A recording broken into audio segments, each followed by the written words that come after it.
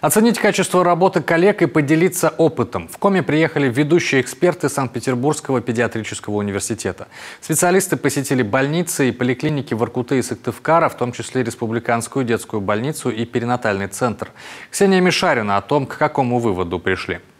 Система мать и ребенок, раньше говорили система мать, плацента, плод, а система мать и ребенок, особенно когда они можно выложить на грудь, специальное кресло у нас есть для этого. Это очень положительный эмоциональный фон. В Республиканском перинатальном центре ежегодно проходит до 38% всех родоразрешений нашего региона. Только в прошлом году здесь на свет появились 2787 малышей.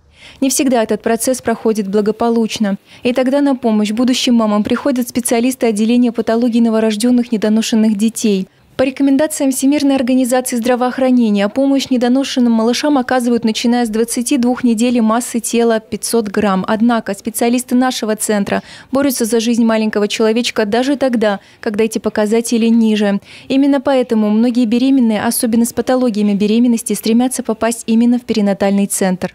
Не так уж давно были случаи, конкретный случай. Ребеночек родился 550 граммов, потребовал хирургического лечения. Само по себе лечение и оказание помощи таким маленьким детям – это очень сложный процесс и длительный. Поэтому этот ребенок получал лечение на базе перинатального центра, детской больницы. Потом он был направлен в педиатрическую академию. Там получил хирургическую помощь. Был выписан, и ребенок жив. Конечно, проблемы такой глубокой недоношенности есть, но он адаптирован, этот ребеночек развивается.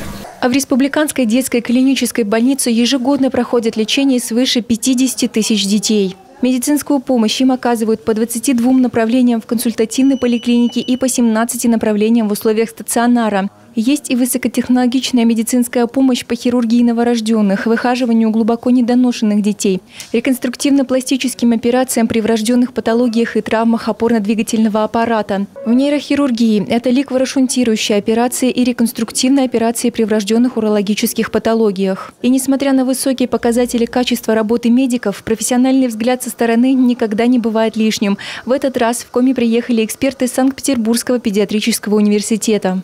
Приезжают коллеги, и они нам помогают увидеть, честно говоря, глаз-то замыливается, как в народе говорят, и они, конечно, помогают нам увидеть те слабые места, которых нам нужно убрать эти недостатки и так далее. Да? После каждого приезда пишется аналитическая справка, и это дорожная карта, где все отражается.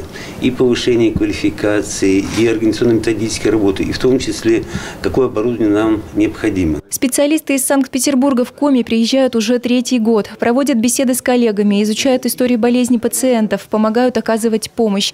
Помимо консультаций на местах регулярно проводятся и телеконсультации. Это значительно ускоряет оказание помощи в экстренных ситуациях. По словам приезжих экспертов, уровень наших специалистов высокий. Если взять основные статистические показатели, ваша республика по оказанию помощи новорожденным и детям в настоящий момент находится в очень хорошем положении.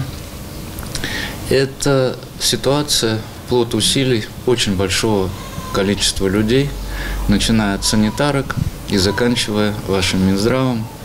И успех всех врачей, всех тех, кто оказывает помощь. В целях повышения квалификации наши врачи и сами ездят в Санкт-Петербург. Так, в этом году в педиатрическом университете побывали хирург, реаниматолог, специалист по медицинской работе и заместитель по кадрам. Учатся там и наши студенты, которых после получения образования уже как профессионалов ждут в родной республике. Ксения Мишарина, Олег Костромин, Яков Шлегель, телеканал Юрган.